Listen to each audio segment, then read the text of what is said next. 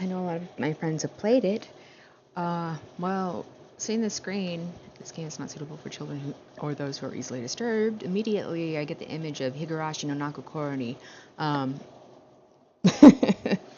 I don't know if this is gonna be like, but hey, individuals suffering from anxiety. What? What? Fuck that. I have anxiety and depression. Fuck your warnings. Yes. It's like they do this just to like kind of like build up like I don't even know. Intensity. Yep. I know this game seems super disturbing.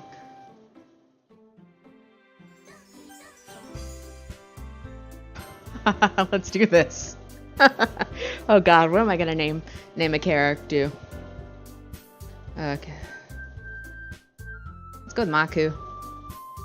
Why not?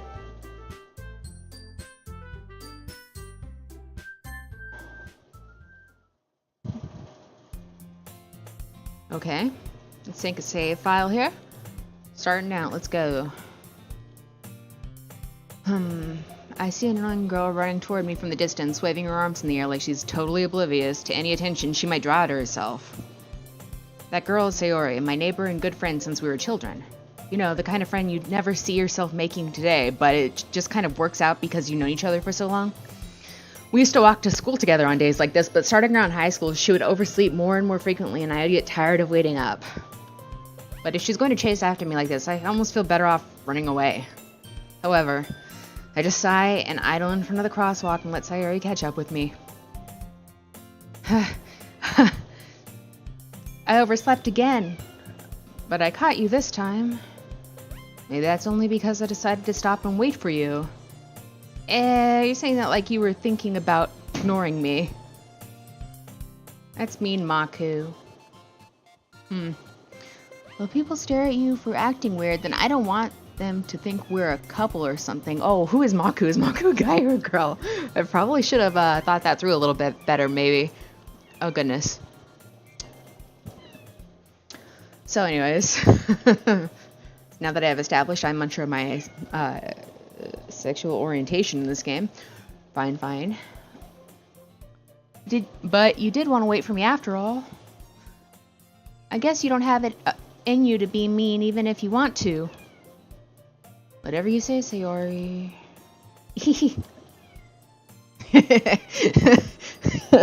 Okay, anyways. Across the street together, make way to school. As we draw near, the streets become increasingly speckled with other students making their daily commute. By the way, Maku, have you decided on a club to join yet? A club? Oh gee, I wonder what club I will end up joining. I told you already, I'm not really interested in joining any clubs. I haven't been looking either. That's not true. You told me you would join a club this year. Did I? Oh god, this is starting to remind me of also, Lucid 7, I think. Excuse me. I'm sure it's possible that I did in one of our many conversations where I dismissively go along with whatever she's going on about.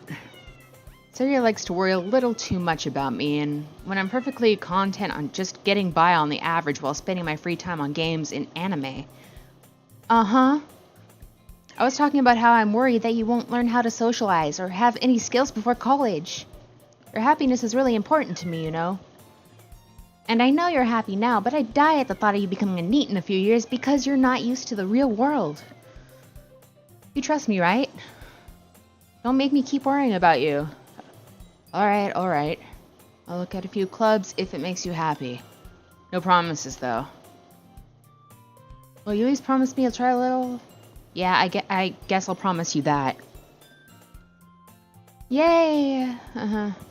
Why did I let myself get lectured by such a carefree girl? More than that, I'm surprised I even let myself relent to her. I guess seeing her worry so much about me makes me want to ease her mind at least a little bit, even if she does exaggerate everything inside of her head. The school day is as ordinary as ever, and it's over before I know it. After I pack up my things, I stare blankly at the wall looking for an ounce of motivation. Clubs. Sayori wants me to check out some clubs. I guess I have no choice but to start with the anime club. Guess we're going alphabetical. Hello? Sayori? Sayori must have come into the classroom while I was spacing out. I look around and realize I'm the only one left in the classroom. Oh, well then. I thought I'd catch you coming out of the classroom, but I saw you just sitting here spacing out, so I came in. Honestly, you're even worse than me sometimes. I'm impressed. You don't need to wait up for me as if it's going to make you late to your own club. Well, I thought you might need some encouragement, so I thought, you know. Know what? Well, that you could come to my club. Sayori. Yeah? There is no way I'm going to your club. Meanie. Sayori's vice president of the literature club. Not that I was ever aware that she had any interest in literature. In fact, I'm 99% sure she only did it because she thought it would be fun to help start a new club. Since she was the first one to show interest after the one who proposed the club, she inherited the title vice president. That said, my interest in literature is guaranteed to be even less. Yeah, I'm going to the anime club. Come on, please. Why do you care so much anyway? Well, I kind of told the club yesterday I'd bring in a new member. And Natsuki made cupcakes and everything. Don't make promises that you can't keep. I can't tell if Sayori is really that much of an airhead or if she's so cunning as to plan all of this out. I had a long sigh. Fine. I'll stop by for a cupcake, okay? Yay! Yes, let's go! Okay, whatever. And thus today marks the day I sold my soul for a cupcake. QQ. I feel like this is a good point for me to save. Anyways. Yes, a true mark on my life. I dejectedly follow Sayori across the school and upstairs, a section of the school I rarely visit, being generally used to the third year classes and activities. Sayori, full of energy, swings open the classroom door. Let's see. Everyone, the new member is here. I told you don't call me a new member. I glance around the room. Welcome to the literature club. It's pleasure meeting. You know, I'm thinking about this, and in all likelihood, this character is probably a guy, so it's probably good if I stick to a lower voice. Yeah, you get what I mean. Welcome to the literature club. It's a pleasure meeting you. Girl number 1 says. Sayori always says nice things about you. Seriously? You brought a boy? Way to kill the atmosphere. Ah, Maku. What a nice surprise. Welcome to the club. All words escaped me in this situation. This club is full of incredibly cute girls. What are you looking at? If you want to say something, say it. Hey, Sam. Natsuki. The girl with a sour attitude, whose name is apparently Natsuki, is one I don't recognize. Her small figure makes me think she's probably a first year. She's also the one who made cupcakes, according to Sayori. You can just ignore her when she gets moody. Sayori says that quietly into my ear, then turns back towards the other girls. Anyway, this is Natsuki, always full of energy, and this is Yuri, the smartest one in the club. Don't say things like that. Yuri, who appears comparably more mature and timid, seems to have a hard time keeping up with people like Sayori and Natsuki. Well, it's nice to meet both of you. It sounds like you already know Monica, is that right? And Sam, it's going okay. It's going okay. I know that this game has a lot of good reviews on it, and I hadn't played it, so I don't really know what it's about. I mean, obviously, it says it's disturbing. I don't know in what form that's going to come yet, so... Anyway, that's right. It's good to see you again, Maku. Oh, okay, let's see if I can, I just realized that I don't know why my chat box always gets so, like, weird.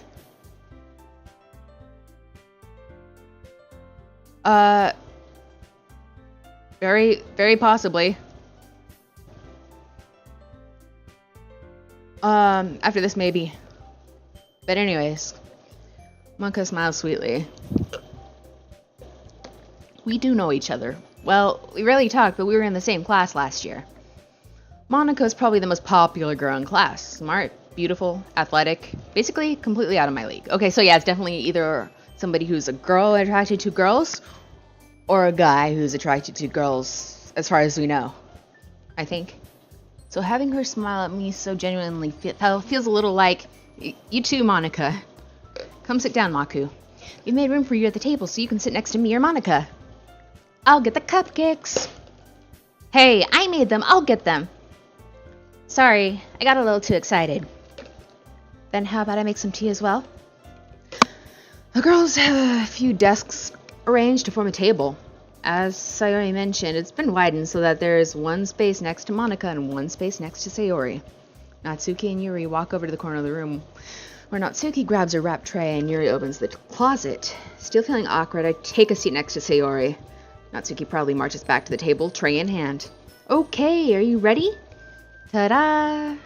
Whoa! Natsuki lifts the foil off the tray to reveal a dozen white, fluffy cupcakes decorated to look like little cats. The whiskers are drawn with icing, and little pieces of chocolate were used to make the ears. Oh, so cute! I had no idea you were so good at baking, Natsuki. Hey, well, you know, just hurry and take one. Sayori grabs one first, then Monica. I follow. It's delicious. Sayori talks with a mouthful of food as she manages to get icing on her face. I turn the cupcake around my fingers, looking for the best angle to take a bite. Wait, what? Gotta examine those cupcakes. If you don't bite it at the right angle, God, who knows? Natsuki is quiet. I can't help but notice her sneaking glances in my direction. She waiting for me to take a bite? Of course she is, you moron. I finally bite down. The icing is so sweet and full of flavor. I wonder if she made it herself. You're supposed to assume that. Oh my gosh, this guy's breaking like all the rules. Okay. This is really good. Thank you, Natsuki. Well, why are you thanking me? It's not like I... Haven't I heard this somewhere before? It's certainly not a meme. But anyways, made them for you or anything? I thought you technically did. Sayori said, well, maybe. But not for you. You know, you dummy. Alright. I give up on Natsuki's weird logic and dismiss the conversation. Yuri returns to the table carrying a tea set. She carefully places a teacup in front of each of us before setting down the teapot next to the cupcake tray. You keep a whole tea set in this classroom? Don't worry, the teachers give us permission. After all, doesn't a hot cup of tea help you enjoy a good book? I guess. Don't let yourself get intimidated. Yuri's just trying to impress you. That's not it. Insulted, Yuri looks away. I meant that, you know, I believe in you. Well, tea and reading and blah, blah, blah, I missed that. I'm glad. Yuri faintly smiles to herself in relief. Okay, so. Monica raises an eyebrow, then smiles at me. So what made you consider the literature club? Blackmail, I mean... I was afraid of this question. Something tells me I shouldn't tell Monica that I was practically dragged here by Sayori. Well, I haven't joined any clubs yet, and Sayori seemed really happy here, so... That's okay, don't be embarrassed. We'll make sure you feel right at home, okay? Ugh. As president of the literature club, it's my duty to make sure the club is fun and exciting for everyone. Monica. Oh, Monica, I'm surprised. How come you decided to start your own club? You could probably be a board member for any of the major clubs. Were you a leader of the debate club last year? Well, you know, to be honest, I can't stand all the politics around the major clubs. It feels like nothing but arguing about the budget and publicity and how to prepare everything for events. I'd much rather take something I personally enjoy and make something special out of it. And if it encourages others to get into literature, then I'm fulfilling that dream. Monica is really a great leader. Yuri nods in agreement. Then I'm surprised there aren't more people in this club yet. It must be hard to start a new club. You could put it that way. Not many people are very interested in putting out all the effort to start something brand new. Especially when it's something that doesn't grab your attention, like literature. You have to work hard to convince people you're both fun and worthwhile, but it makes school events like festivals that much more important. I'm confident that we can all really grow this club before we graduate. Right, everyone? Yeah! We'll do our best. You know it! Everyone enthusiastically agrees. Such different girls, all interested in the same goal. Monica must have really worked hard just to find these three. Maybe that's why they were all so delighted by the idea of a new member joining. Oh god, this reminds me of Clannad too. Oh no, it's just gonna be a cross between Clannad and Higurashi. Oh god. Anyways, though I still don't know if I can keep up with their level of enthusiasm about literature. So Maku, what kind of things do you like to read? Well, picture books. Considering how little I've read these past few years, I don't really have a good way of answering that. So I'll just go with the internet. Manga. I mutter quietly to myself, half joking. Natsuki's head suddenly perks up. It looks like she wants to say something, but she keeps quiet. Not much of a reader, I guess. Well, that can change. What am I saying? I spoke without thinking after seeing Yuri's sad smile. Anyway, what about you, Yuri? Well, let's see. Yuri traces the remembered teacup with her finger. My favorites are usually novels that build deep and complex fantasy worlds. The level of creativity and craftsmanship behind them is amazing to me. Telling a good story in such a foreign world is equally impressive. Yuri goes on, clearly passionate about her reading. She seems so reserved and timid since the moment I walked in, but it's obvious by the way her eyes light up that she finds her comfort in the world of books, not people. Oh, it seems like it's getting kind of loud. I'll turn it down a bit. Okay. But you know, I like a lot of things, so stories with deep psychological elements usually immerse me as well. Right on, girl. On the same loop. Isn't it amazing how a writer can be so deliberately take advantage of your own lack of imagination and completely throw you for a loop? Anyway, I feel like that was foreshadowing, by the way, but anyway, I've been reading a lot of horror lately, and I feel like this is also foreshadowing for some strange reason. I read a horror book once. I desperately grabbed something I can relate to at a minimal level. At this rate, Yuri might as well have been having a conversation with a rock. Really? I wouldn't have expected that, Yuri. For someone as gentle as you. I guess you could say that. But if a story makes me think, or takes me to another world, then I can't really put it down. Surreal horror is often very successful at changing the way you look at the world, if only for a brief moment. Ugh, I hate horror. Oh? Why's that?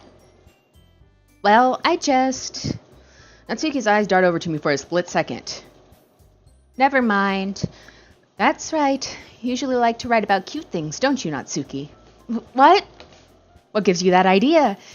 You left a piece of scrap paper behind last club meeting. You looked like you were working on a poem called Don't Say It Out Loud. And give that back. Fine. Your cupcakes, your poems. Everything you do is just as cute as you are. Sari sidles up behind Natsuki and puts her hand on her shoulders. I'm not cute. Natsuki, you write your own poems? Well, I guess sometimes. Why do you care? I think that's impressive. Why don't you share them sometime? No. Natsuki averts her eyes. You wouldn't like them. Not very confident writer yet, are we? I understand how Natsuki feels. Sharing that level of writing takes more than just confidence. The truest forms of writing are writing to oneself. You must be willing to open up to your readers, exposing your vulnerabilities and showing even the deepest reaches of your heart. Do you have a writing experience too, Yuri? Maybe if you share some of your work, you can set an example and help Natsuki feel comfortable enough to share hers, you know? I guess it's the same for Yuri. Aw, I wanted to read everybody's poems. We all sit in silence for a moment. Okay, I have an idea, everyone. Natsuki and Yuri looked quizzically at Monica. Let's all go home and write a poem of our own. The next time we meet, we'll all share them with each other. Oh gosh, whoops. Back. Going back. Going back. Going back. Oh, there's the return button. Okay. Okay, that way everyone is even. Yeah, let's do it! Oh gosh, this is fun. Plus, now that we have a new member, I think it will help us all get a little bit more comfortable with each other and strengthen the bond of the club. Isn't that right, Maku? Monaco smiles warmly at me once again. Hold on, there's still one problem. Eh? What's that? Now that we're back to the original topic of me joining the club, I bluntly come forth with what's been on my mind the entire time. I never said I would join this club. Sayori may have convinced me to stop by, but I never made any decision. I still have other clubs to look at and, I lose my train of thought. All four girls stare back at me with dejected eyes. But I'm sorry, I thought... Maku... You all... I'm defenseless against these girls. Am I supposed to make a clear-headed decision when it's like this? That's it. That is, if writing poems is the price I need to pay in order to spend every day with these beautiful girls. Oh, jeez. Alright, I decided then. I'll join the literature club. Wow, that was a quick decision. For all the wrong reasons. One by one, the girls' eyes light up. Yes, I'm so happy! Sayori wraps her arms around me, jumping up and down. Hey! You really did scare me for a moment. If you really just came for the cupcakes, I would be super pissed. Then that makes it official. Welcome to the literature club. Thanks, I guess? Okay, everyone. I think with that, we can officially end today's meeting on a good note. Everyone remember tonight's assignment. Write a poem to bring to the next meeting so we can all share. Monica looks over at me once more. Maku, I look forward to seeing how you express yourself. Yeah. Can I really impress the class star Monica with my mediocre writing skills? I already feel the anxiety going up inside of me. Meanwhile, the girls continue to chit-chat as Yuri and Natsuki clean up their food.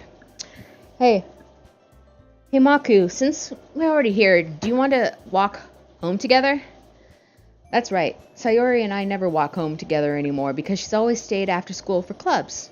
Sure, might as well. Yay! What's that? Oh, with that, the two of us depart the club room and make our way home. The whole way, my mind wanders back and forth between the four girls. Wait, back and forth between four? What? Anyways, keep focusing on the wrong thing. Sayori, Natsuki, Yuri, and of course, Monica. Will I really be happy spending every day after school in a literature club? Perhaps I'll have the chance to grow closer to one of these girls. Not a dating thing at all, just saying. By that I mean absolutely. I just need to make the most of my circumstances, and I'm sure good fortune will find me. And I guess that starts with writing a poem tonight. Oh, Jesus. It's time to write a poem. Pick words that you think your favorite club member will like. Something good might happen with whoever likes your poem. Oh shit, do I actually have to write? Oh shit. Hope. Meager hope.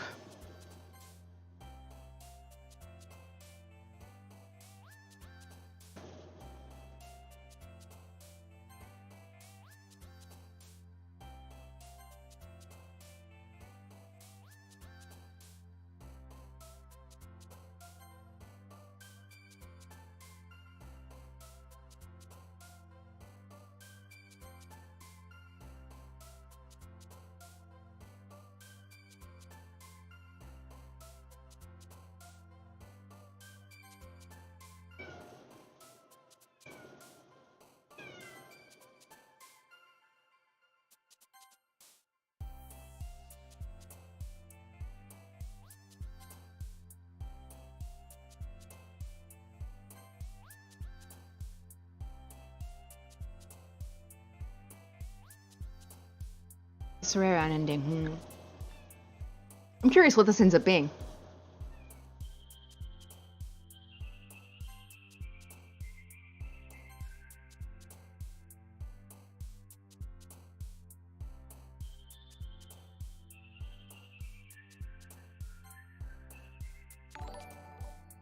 Oh, what just happened? Did I just get a...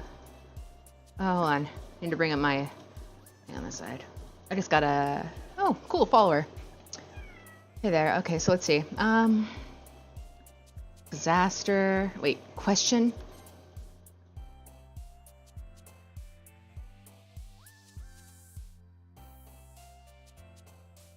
Question embrace, so question variance.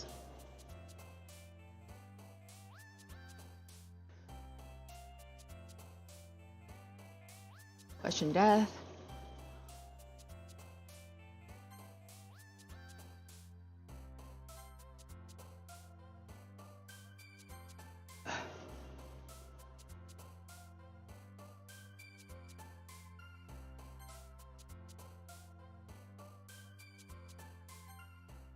Okay, let's see how it comes out.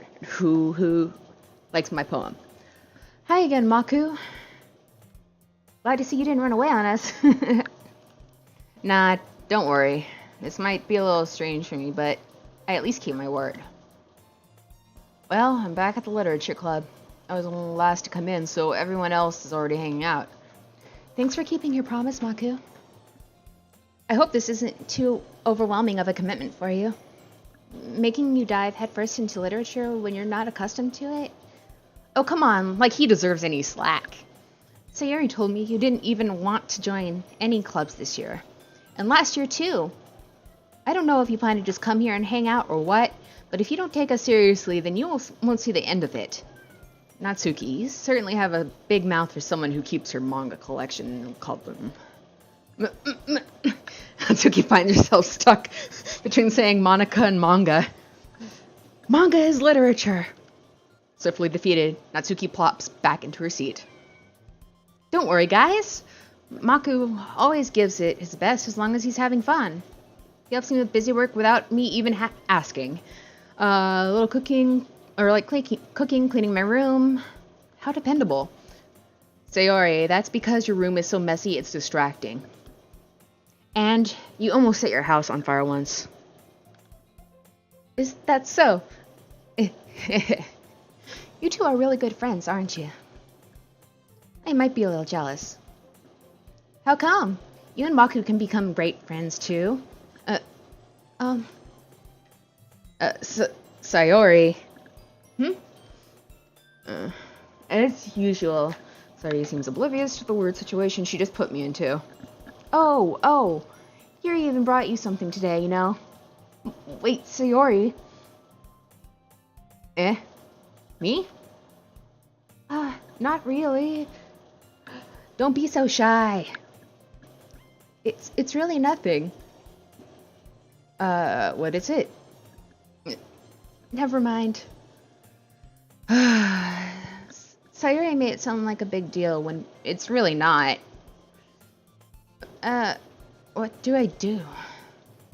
I'm sorry. Yuri, I wasn't thinking. I guess that means it's up to me to rescue the situation. Hey, don't worry about it. First of all, I wasn't expecting anything in the first place, so it's a nice gesture from you and a pleasant surprise. It'll make me happy no matter what. Is that so? Yeah, I won't make a big deal about it if you don't want it to be. Alright. Well, here. She reaches into her bag and pulls out a book. I didn't want you to feel left out, so I picked a book that I thought you might enjoy. It's a short read, so it should keep your attention even if you don't usually read. And we could, discuss it if you wanted. This is... How is this girl accidentally being so cute? She even picked out a book she thinks I'll like, despite me not being into reading much. Yuri, thank you. I'll definitely read this. I enthusiastically take the book. Well, you can read it at your own pace. I look forward to hearing what you think. Now that everyone's settled in, I expect Monica to kick off some scheduled activities for the club, but that doesn't seem to be the case. Sayori and Monica are having a cheery conversation in the corner. Yuri's face is already buried in a book. I can't help but notice her intense expression, like she was waiting for this chance. Meanwhile, Natsuki is rummaging around in the closet. I'm really curious to talk to Yuri a little bit more. Does that mean I'm leaning towards her? From my poem? I don't know. But at the same time, I would feel bad for distracting her from reading. I should have said that in a deeper voice. Whatever. Catch a glimpse of the cover of her book, and it looks like the same book that she lent to me. More than that, she seems to be on the first few pages. Crap. I think she noticed me looking at her. She sneaks another glance at me, and our eyes meet for a split second. That only makes her hide her face deeper in her book. Sorry, I was just spacing out. I mutter this, sensing I made her uncomfortable. Oh, it's fine. If I was focused, then I probably wouldn't have noticed in the first place. But I'm just rereading a bit of this, That's the book you gave me, right? Mm-hmm. I wanted to reread some of it. Not for any particular reason. Obviously there is, but... Just curious, how come you have 2 copies of the same book? Well, when I stopped at the bookstore yesterday, that's not what I meant. I mean, I just happened to buy 2 of them. I see. There's something fairly obvious here that Yuri isn't telling me, but I decided to let it go.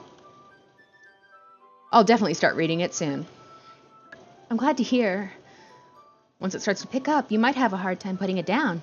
It's a very engaging and relatable story. Is that so? What is it about, anyway? Well...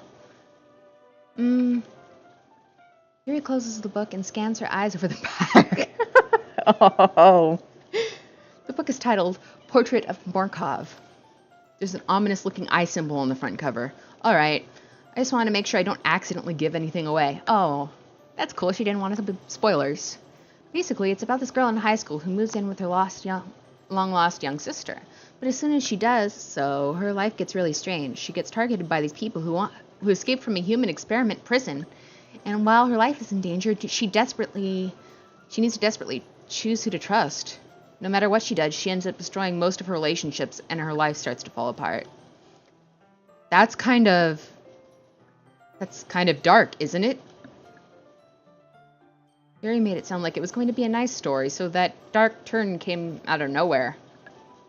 Hey, I like that. I like that darkness. Keep it rocking, girl. Yuri gently giggles all of a sudden. Are you not a fan of that sort of thing, Maku? No, it's not that. I mean, I can definitely enjoy those kinds of stories, so don't worry. I hope so. Yeah, I totally forgot that Yuri is into those things. She's so shy and reclusive on the outside, but her mind seems to be so completely different. It's just that those kinds of stories, they challenge you to look at life from a strange new perspective. When horrible things happen, not just because somebody wants to be evil, but because they have their own goals, their own philosophy that they believe in. Then suddenly, when you thought you related to the protagonist, they're made out to be the naive one for letting their one-sided morals interfere with the villain's plans. I'm rambling, aren't I? Not again. I'm sorry. Hey, don't apologize. I haven't lost interest or anything. Well, I guess it's alright then. But I feel like I should let you know that I have this problem. When I let things like books and writing fill my thoughts, I kind of forget to pay attention to other people. So I'm sorry if I end up saying something strange. And please stop me if I start talking too much. I really don't think you'll need to worry. That just means you're passionate about reading. The least I can do is listen. It's a literature club after all. That's true. And in fact, I might as well get started reading it, right? You don't have to. What are you saying? Just a moment ago, you said you were looking forward to it. Let me just go get the book. I quickly retrieve the book that I put into my bag. Alright, it's fine if I sit here, right? I slip into the seat next to Yuri's. Yeah. Are you sure? You seem a little apprehensive. I'm sorry. It's not that I don't want you to. It's just something I'm not very used to. That is, reading in the company with someone. I see. Well, just tell me if I end up distracting you or anything. Alright. I open my book and start the prologue. I soon understand what Yuri means about reading in company. It's as if I can feel her presence over my shoulder as I read. It's not a particularly bad thing. Maybe a little distracting, but the feeling is somewhat comforting. Yuri is in the corner of my eye. I realize that she's not actually looking at her own book. I glance over. Looks like she's reading from my book instead. Sorry. I was just... Yuri, you really apologize like a lot, don't you? I do. I don't really mean to. Sorry. I mean... Here, this should work, right? I slide my desk up until it's next to Yuri's and then hold my book more between the two of them. I suppose so. Yuri timidly closes her own copy. Once we each lean in a bit, our shoulders are almost touching. It feels like my left arm is in the way, so instead I use my right hand to hold the book open. I guess that makes it kind of difficult to turn the page. Here. Yuri takes her left arm and holds the side of the book between her thumb and her forefinger. I do the same with my right arm on the left side of the book. That way I turn the page, and Yuri slides it under her thumb after flips to her side, but in holding it like this, we're hurtling even closer together than before. It's actually kind of distracting me. It's as if I can feel the warmth of Yuri's face, and she's in the corner of my vision. Who knows what consequences even haven't chose anything, but still. Are you ready? To turn the page. Sorry. I think I got a bit distracted for a second. I glanced over at Yuri's face again, and our eyes meet. I don't know how I'll be able to keep up with her. That's okay. You're not as used to reading, right? I don't mind being patient if it takes you a bit longer. It's probably the least I can do, since you've been so patient with me. Yeah. Thanks. We continue reading. You no longer ask me if I'm ready to turn the page. Instead, I just assume that she finishes the page before me, so I turn it up by my own volition. We continue the first chapter in silence. Even so, turning each page almost feels like an intimate exchange. My thumb gently lets go of the page, letting it flutter over to her side, and she catches it under her own thumb. Hey, Yuri. This might be a silly thought, but the main character kind of reminds me of you a little bit. You think so? How does she? Well, I guess she's more blunt in a lot of ways. She's also second guesses all of the things that she says and does. Like she's afraid she'll do something wrong. It's not like I can see into your head or anything, but they're kind of reminiscent of some of your mannerisms. I see. We remain silent for a moment. But Maku, that's probably a terrible thing to have in common with her. That's so embarrassing that you think that. Well, wait. I didn't mean in a bad way or anything. Sorry, I really didn't know you were self-conscious about that sort of thing. I guess I more meant that it's kind of cute. What? Why are you saying this all of a sudden? Okay, everyone. Oh gosh. I think it's about time we share today's poems with the... Oh god. Kill me. Okay. We might not have enough time if we wait too long. Oh god, this is going to be horrible. I can't see this turning out well. Oh, hey there. I didn't notice that you had joined. Okay, so anyways, continuing. Let me fix it so the chat's up too. There we go. Senpai. Okay, so moving on. Yuri exhales, spared from finishing her thought. Is that alright, Yuri? You look kind of down. I'm sorry if you haven't been looking forward to this. It's not... It's fine. Yuri releases her hand from the book, causing it to close on top of my thumb. Alright. I guess I'll do some more reading tonight. Or would you prefer I only read with you? Guess I don't have too much of a preference either way. In that case, I'll read a little more tonight. It'll be more fun to read with you after it picks up a bit, you know? That's good reasoning. In that case, feel free to finish the first 2 chapters in your own time. All right. I stand up, make a mental note of where I left off in the book and slip it back into my bag. By the way, did you remember to write a poem last night? Yeah. My relaxation ends. I can't believe I agreed to do something so embarrassing. I couldn't really find much inspiration since I've never really done this before. Well, now that everyone's ready, why don't you find someone to share it with? Oh, God. Can't see this going good. I can't see this going good anywhere. Why do I get nervous even in games? Sorry, sounds. Pristine handwriting from where I sit. So you reluctantly comply as well, reaching into the bags. I do the same myself. Oh, jeez.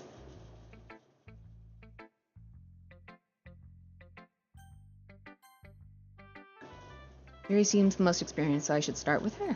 I can trust her opinion, to be fair. As Yuri reads the poem, I notice her eyes lighten. Exceptional. Eh? What was that? Did I say that out loud? Yuri first covers her mouth, but ends up covering her whole face. He's kinda hate me. You really didn't do anything wrong, Yuri. That's... I guess you're right. But what am I getting so nervous for? Yuri takes a breath. So, what kind of writing experience do you have? Your use of imagery and metaphors indicates you've written a lot of poetry before. Really? Actually, I have written poetry, but let's keep that between us. Wow, that's a huge compliment coming from you. This is actually my first time, really. Huh? Yu stares at me blankly and looks at my poem again. Well, I know that. I just meant, Yu trails off, unable to find an excuse. She traces her fingers along the words in the poem, as if breaking it down more thoroughly. Yeah, okay. This is the reason I was able to tell. It's just that there are specific writing habits that are usually typical of new writers. And having been through that myself, I kind of learned to pick up on them. I think the most noticeable thing I recognize in new writers is that they try to make their own style very deliberate. In other words, they tend to pick up a writing style separate from the topic matter, and they form fit with the two together. The end result is both the style and the expressiveness are weakened. Once Yuri finds her train of thought, it's as if her demeanor totally changes. Her stammering is completely gone, and she sounds like an expert. Of course, that's not something you can be blamed for. There are so many different skills and techniques that go into writing, even a simple poem. Not just finding them and building them, but getting them to work together is probably the most challenging part. It might take you to some time, but it all comes with practice, and learning by example, and trying new things. I hope that everybody else in the club gives you valuable feedback. Natsuki can be a little biased, though. Biased? How? Well, never mind. I shouldn't be talking about people like that. Sorry. It's fine. I'm not sure if Yuri is apologizing to herself, to me, or to Natsuki. Do you mind if I read your poem now? Please do. I'd love to share my thought process behind it. Yuri smiles dreamily as if that's a rare opportunity for her. Which itself is kind of funny. After all, isn't this supposed to be a literature club? Ghost from the light. The tendrils of my hair illuminate beneath the amber glow, bathing. It must be this one, the last remaining streetlight to have withstood the test of time and let the last yet to be replaced by the sickening blue-green of the future. I bathe. Calm, breathing air of the present, but living in the past. The light flickers, I flicker back. I actually like that. I'm sorry I had such terrible handwriting. What? I wasn't thinking about that at all. What? But it took you a long time to read. Well, I just don't read script very often. I actually think your handwriting is pretty. That's a relief. Also, I like the poem. Even though it was short, it was really descriptive. It wasn't too short. I usually write longer poems. Not at all. I'm really glad you like it. I'll be honest. Since it's our first time sharing, I wanted to write something a little more mild. Something easy to digest, I suppose? Are you into ghosts, Yuri? Actually, the story isn't about a ghost at all, Maku. Really? I must have totally missed the point. Well, I suppose you did only glance over it after all. Remember that poets often express their own thoughts, feelings, and experiences in their work. They usually do more than tell a simple story or paint a picture. In this case, perhaps the subject of the poem is only being symbolically compared to a ghost, lingering in her last remaining place of comfort, unable to let go of the past, and soon to be left with nothing. That's a lot more solemn putting it that way. I hadn't even thought of that, really. That's impressive. Eh? It's nothing, really. Yours was impressive, too, so... It's already too late, Crimson. It's already too late. Nah. If anything, I could probably learn a thing or two from you. You think so? Yeah, of course. You knew. I was really nervous about doing all this. But in the end, I enjoyed it. I'm going to keep doing my best for you, Maku. Me too? Okay, so who next? Monika's the crazy leader person. Let's do that. Hi, Maku. Having a good time so far? Yeah. Yeah. Glad. Good to hear it. By the way, since you're new and everything, if you ever have any suggestions for the club, like new activities, or things we can do better, I'm always listening. Always listening. Don't be afraid to bring things up, okay? All right, I'll keep that in mind. Of course, I'll be afraid to bring things up. I'm much better off just going with the flow until I'm more settled in. Anyway, want to share your poem with me? It's kind of embarrassing, but I guess I have to. Don't worry, Maku. We're all a little embarrassed today, you know? But that's the sort of barrier that we'll learn to get past soon. Yeah, that's true. And Monika, my poem. Great job, Maku. I was going, in my head while reading it. It's really metaphorical. I'm not sure why, but I didn't expect for you to go for something so deep. I guess I underestimated you. It's easiest for me to keep everyone's expectations low. That way, it always counts when I put in some effort. True story, I did that in 4th grade. Anyways, that's not very fair. Well, I guess it worked anyway. You know that Yuri Yuri likes this kind of writing, right? Really? Writing that's full of imagery and symbolism. Unlike Sayori, who is simple and direct, or uses simple and direct words to describe happiness and sadness. Yuri likes when readers are left to derive their own meaning out of it. It's very challenging to write like that effectively, both allowing people to get something out of it just by feel, or letting them deeply analyze all the nuances. It can take years of practice, which I'm assuming Yuri has at this point. Wow. I never really asked, though. I'm sure I'm nowhere near her level yet. Don't worry so much about that. You do your own thing. Just keep exploring, and learn by trying new things. I'm sure I'll end up trying different things a lot. Or it could take a while before I feel comfortable doing this. That's okay. I'd love to see you try new things. That's the best way to find the kind of style that suits you best. Everyone else might be a little bit biased towards their own kind of styles. But I'll always help you find what suits you the most. So don't force yourself to write the way everyone else wants you to write. It's not like you have to worry about impressing them or anything. Okay. Just... what can I say?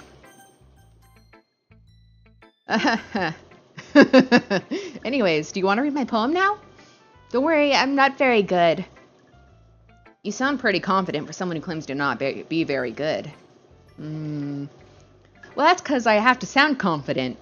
That doesn't mean I always feel this way, you know. I see. Well, let's read it then. Hole in wall. It couldn't have been me. See the directions. Spackle protrudes? I don't know what that word is. I sincerely don't know what that word is. A noisy neighbor, an angry boyfriend, I'll never know. I wasn't home. I peer inside for a clue. No, I can't see it. I reel blind like a film left out in the sun, but it's too late. My retinas. Already scorched with a permanent copy of a meaningless image. It's just a little hole. It wasn't too bright. It was too deep. Stretching forever into everything, a hole of infinite choices. I realize now that I wasn't looking in. I was looking out, and he, on the other side, was looking in. And see, folks, this is why I have won poetry slams. But anyways, back to the game. So, what do you think? It's very freeform, if that's what you call it. Sorry, I'm not really the right person to ask for feedback. It's okay. Yeah, that kind of style has gotten pretty popular nowadays. That is, a lot of poems have been putting emphasis on timing between words and lines. When performed out loud, it can be really powerful. What was the inspiration behind this one? Well, I'm not sure if I know how to put it. I guess you could say I had some kind of epiphany recently. It's been influencing my poems a lot. An epiphany. Yeah, something like that. I'm kind of nervous to talk about deep stuff like that because it's kind of coming on strongly. Maybe after everyone is better friends with each other. Anyways, here's Monica's writing tip of the day. Sometimes when you're writing a poem or a story, your brain gets too fixated on a specific point. If you try so hard to make it perfect, then you'll never make any progress. Just force yourself to get something down on paper and tidy up later. Another way to think about this is, if you keep your pen in the same spot for too long, you'll just get a big dark pile of ink. So just move your hand and go with the flow. That's my advice for today. Thanks for listening. Oh, goodness. Who should I read my poem to next? I guess... Was Natsuki the annoying one? Oh, yeah, she is. Read my symbolism. Okay. Well, it's about what I expect from someone like you. That's a little blunt. Well, excuse me. It's not like I said it was bad. It just didn't evoke any emotions. So basically, it's not cute. It's not cute enough for your tastes. Do you want to get smacked? I'll pass. Well, anyways, I guess I need to show you mine. Not that you'll like it.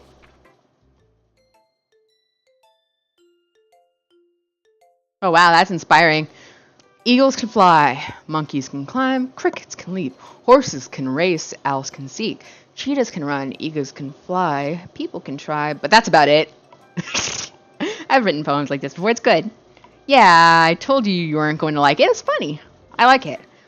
What? Just to be honest, I am. Why are you so convinced that I wouldn't like it? Well, because everyone in high school thinks that writing has to be all sophisticated and stuff, so people don't even take my writing seriously. But isn't the point of writing poems for people to express themselves? Your writing style wouldn't make your messages any less valid. Yes, exactly. It's like when it's easy to read, but it hits you hard. Like in this poem. Seeing everyone around you do great things can be really disheartening. So I decided to write about it.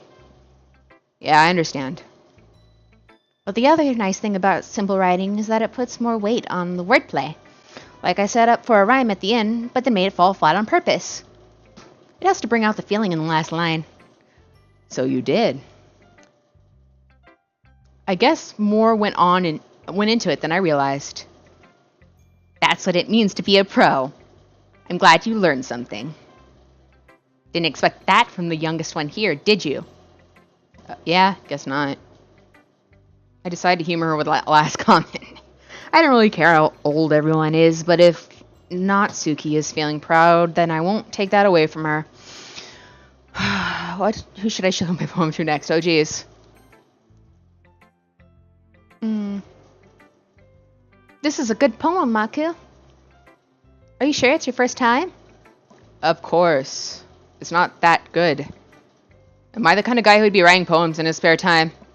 I guess you're right. But that's why it impressed me. Well, to be honest... okay, let's see. I was afraid that you wouldn't do it seriously, or that you wouldn't write one at all. I'm really happy that you just wrote one. It just reminds me of how you're really part of the club now. Not to mention the fact I'm standing in front of you in the club room, just saying. Well, of course. I'm not really into it yet, but that doesn't mean I'll break my promise. See? It's like I said before, Maku. Deep down, you're not selfish at all, you know? Trying new things like this for other people. That's something only really good people do. Thanks, Sayori. I'm not sure Sayori sees the full picture of my motive here. Then again, I can't deny she's part of the reason I joined, knowing how much this means to her and all. Yeah, and I'm gonna make sure you have lots of fun here, okay? That'll be my way of thanking you. Okay, I'm going to hold you to that then. Yay! Now you read my poem too, right? Don't worry, I'm really bad at this. The second girl who said she's really bad at this before. Anyways, we'll see about that. Dear sunshine, the way you glow through my blinds in the morning, it makes me feel like you miss me, kissing my forehead to help me out of bed, making me rub the sleepy from my eyes. Are you asking me to come out and play? Are you trusting me to wish away a rainy day? I look above, the sky is blue. It's a secret, but I trust you too. If it wasn't for you, I could sleep forever. But I'm not mad. I want breakfast. That's great. Sayori, this is just a guess, but... did you wait until this morning to write this? No, just a little bit. Okay, you can't answer just a little bit to a question of yes or no. I forgot to do it last night. Well, at least that makes me feel a little better about myself. Don't be mean. I still try my best. Yeah. I didn't mean to say it was a bad poem. It came out nice, or how should I put it? It sounds just like you. Really? Yeah. Especially that last line. I made eggs and toast. Even though you're late to school? Is it bad that to skip breakfast? Or no, it's bad to skip breakfast. Is it bad to skip school? I don't know. I get all cranky. Well, I guess there's no point in arguing. Anyways, thanks for showing me. This is so much fun. Monika's the best. Yeah. But next time, I won't forget. And I'm going to write the best poem ever. Well, I guess I look forward to it. I guess that's everyone. I glance around the room. That was a little more stressful than anticipated, and it's as if everyone is judging me for my mediocre writing abilities. Even though they're just being nice, there's no way my poems can stand up to theirs. This is literature club, after all. I guess that's what I ended up getting myself into. Across the room, Sayori and Monika are happily chatting. My eyes land on Yuri and Natsuki. They are gingerly exchanging sheets of paper, sharing their respective poems. As they read in tandem, I watch each of their expressions change.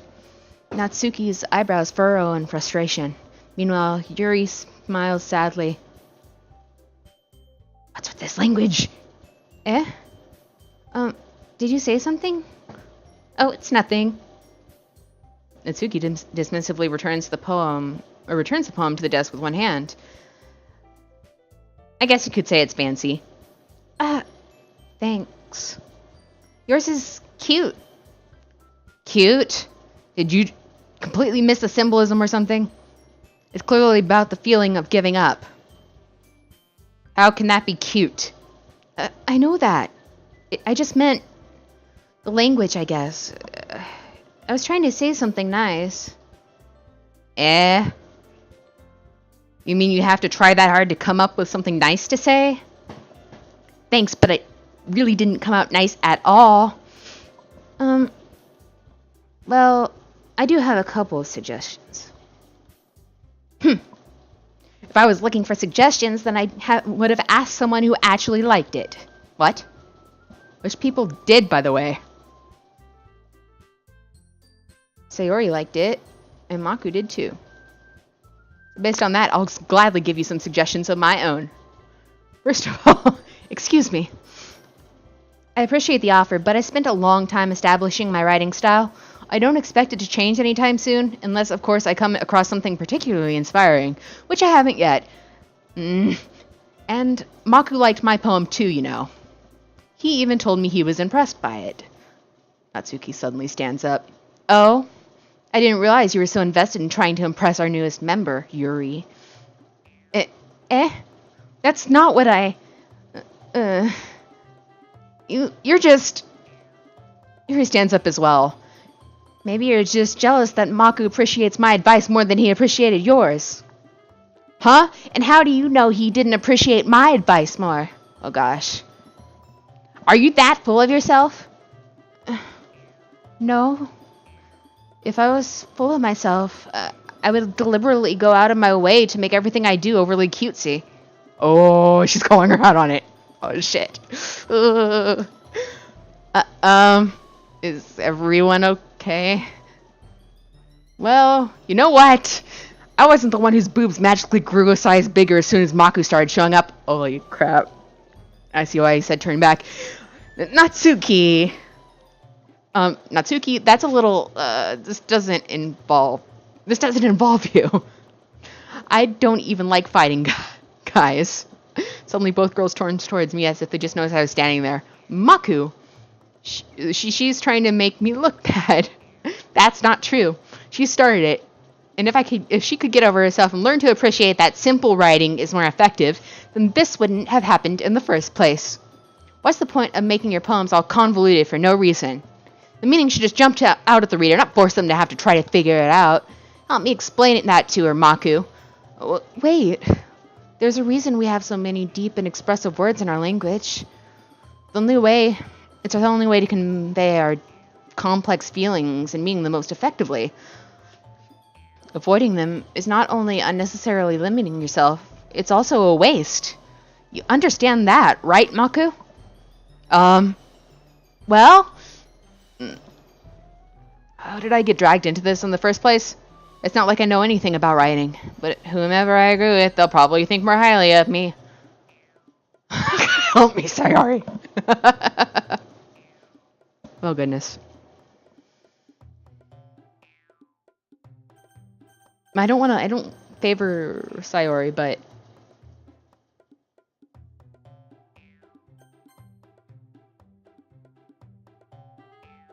Yuri...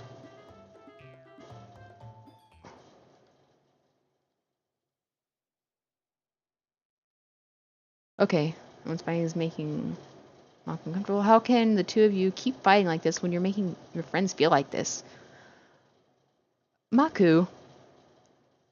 Well, that's not her that's her problem. This isn't about her. I agree. Oh, you agree too? Is that so, Squeaka? Okay. I'll go back to bed. It's unfair for others to interject their own feelings into our conflict. Yeah, unless Sayori was telling Yuri what a stuck-up jerk she's being. She would never. Your immaturity... That's made her upset. It's your immaturity that's made her upset in the first place. Excuse me? Are you even listening to yourself? This is exactly why nobody likes. Stop! Natsuki, Yuri. You guys are my friends. I just want everyone to get along and be happy. My friends are wonderful people, and I love them because of their differences. Natsuki's poems. They're amazing because they give you so many feelings with just a few words, and Yuri's poems are amazing because they paint beautiful pictures in your head. Everyone's so talented. So why are we fighting? Because... Oh, well... Also, Natsuki's cute, and there's nothing wrong with that. And Yuri's boobs are the same as they always were. Big and beautiful. Okay. Sayori stands triumphantly. Oh, I've been in such a situation. Oh, God. Monika stands behind her with a bewildered expression. I'll make some tea. Yuri rushes off. Natsuki sits down with a blank expression on her face, staring at nothing. That's cute. Okay, so this is why Sayori is vice president. I whisper to Monica. She nods in return. To be honest, I might come off like a good leader, and I can organize things, but I'm not very good with people. I couldn't even bring myself to interject. As president, that's kind of embarrassing of me. Nah. It's not like I can blame you. I wasn't able to say anything either. Well, I guess that just means Sayori is amazing in her own ways, isn't she? You could say that. She might be an airhead, but sometimes it's weirdly suspicious that she knows exactly what she's doing. Oh, was that supposed to be the guy? I see. Take good care of her, okay? I would hate to see her get herself hurt. That makes two of us. You can count on me. Monica smiles sweetly at me, causing my stomach to knot. Such a genuine person really does make a good president, regardless of what she is saying. If only I could get the chance to talk to her a little bit more. Okay, everyone, it's just about time for us to leave. How do you all feel about sharing poems? It was a lot of fun. I'd say it was worth it. It was alright. Well, mostly. Maku, how about you? Yeah, I'd say the same. It was a neat thing to talk about with everyone. Awesome. In that case, we'll do the same thing tomorrow. And maybe you learn something from your friends too? So your poems will turn out even better. I think to myself, I did want to learn more about the kinds of poems everyone likes. With any luck, that means I can at least do a better job impressing those I want to impress. I went on to myself with newfound determination. Maku! Ready to walk home? Sure, let's go. Okay. Sayori beams at me. It truly has been a while since Sayori and I have spent this much time together. I can't really say I'm not enjoying it either. Sayori, about what happened earlier. Eh? What do you mean? You know, between Yuri and Natsuki. Does that kind of thing happen often? No. That's really the first time I've seen them fighting like that. I promise they're both wonderful people. You know, you don't hate them, do you? No, I don't hate them. I just wanted your opinion, that's all. I can see why they'd make good friends with you. You know, Maku, it's nice that I get to spend time with you in the club, but I think seeing you get along with everyone is what makes me the happiest. And I think everyone really likes you too. That's... Every day is going to be so much fun. Looks like Sayori still hasn't caught on to the kind of situation I'm in. Sure, being friends with everyone is nice, but does it really need to stop there? We'll just have to see what the future holds, Sayori. I pat Sayori on the shoulder. I said that more to myself than her, but it's easy to use Sayori as an internal monologue sometimes. That's great. I love how they're acknowledging this. Okay. Yeah. Let's do this.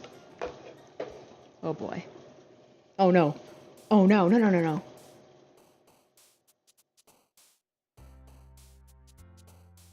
Oh?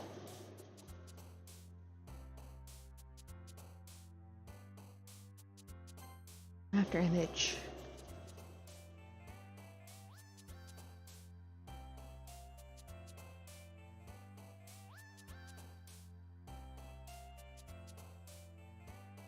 After image unrequited. The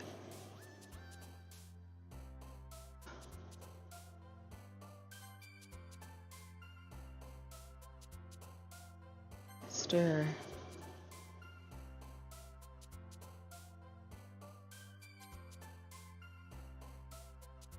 Her pure marshmallow. Determination.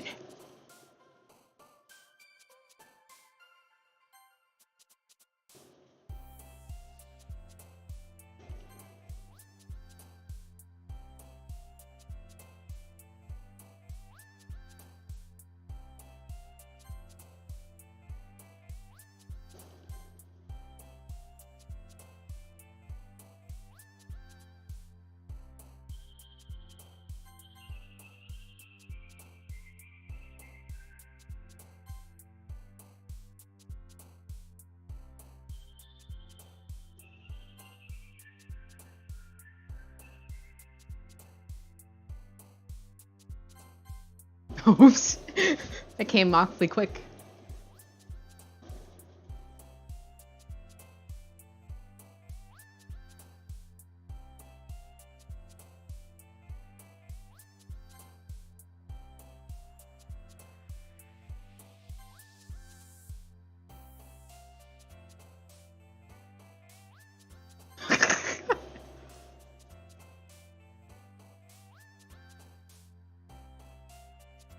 Oh goodness. Oh goodness.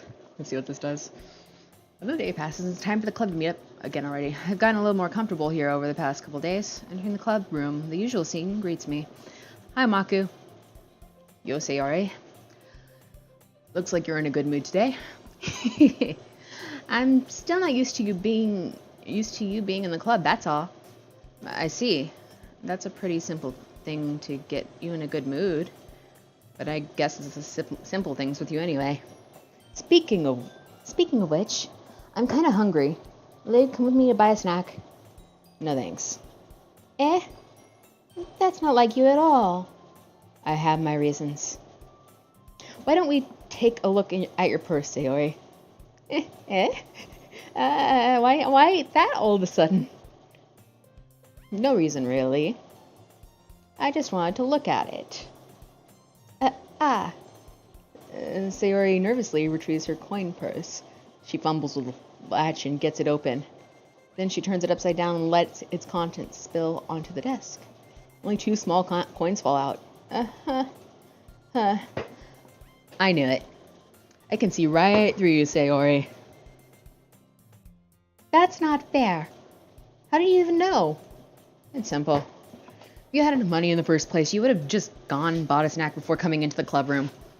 So either you're not hungry and want an excuse to take a walk, or you plan to conveniently forget that you spent all your money so that I would lend you some. But there's one more thing.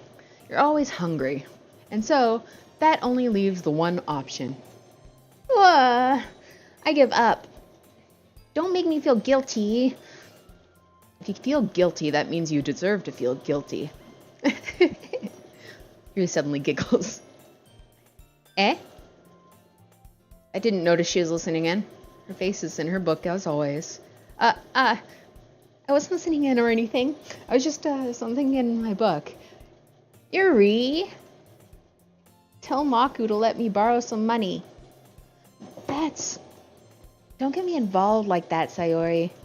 Besides, you should only buy what you could possibly afford. And frankly, after pulling a mischievous little stunt like that, your suffering is fair enough retribution.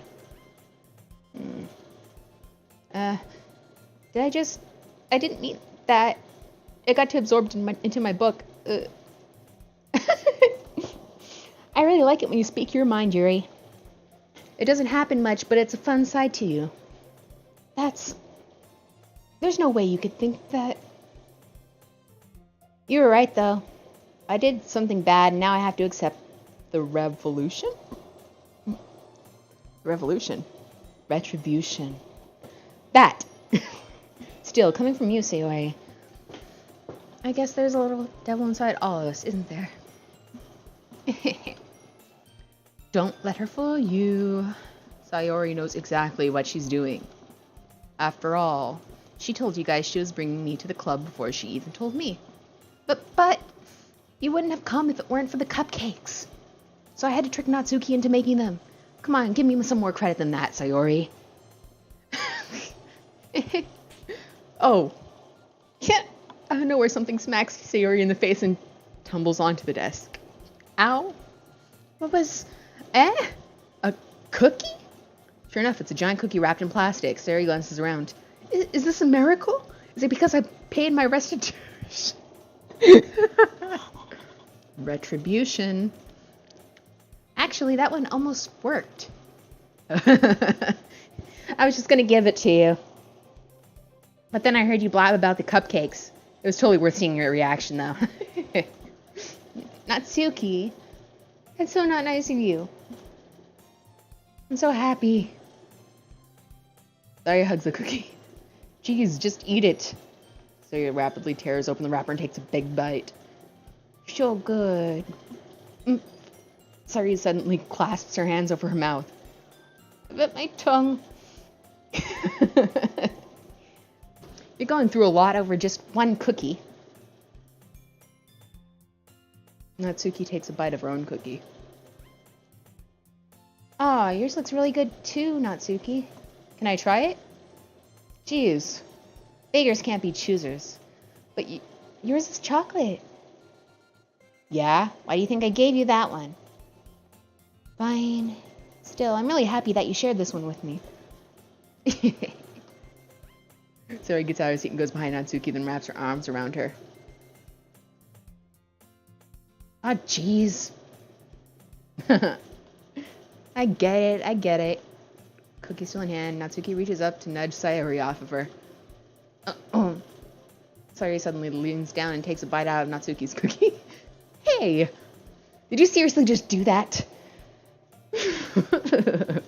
Mouthful, Sayori trots away to safety. Oh, that's great.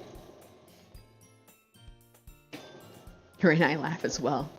Jeez, you're such a kid sometimes. Monika, can you tell Sayori? Natsuki glances around. Monika is in the clubroom. Ugh. Where's Monika anyway? Good question. Have any of you heard anything about her being late today? Not me. Yeah, I haven't heard either. That's a bit unusual. I hope she's okay. Of course she's okay. She probably just had something to do today. She's pretty popular after all. You don't think she has a... I wouldn't be surprised. She's probably more desirable than all of us combined. That's true. Excuse me? Suddenly, the doors swing open. Sorry, I'm super sorry. There you are. I didn't mean to be late. I hope you guys weren't worried or anything. Monika chose the club over her boyfriend after all. You're so strong-willed. But boyfriend?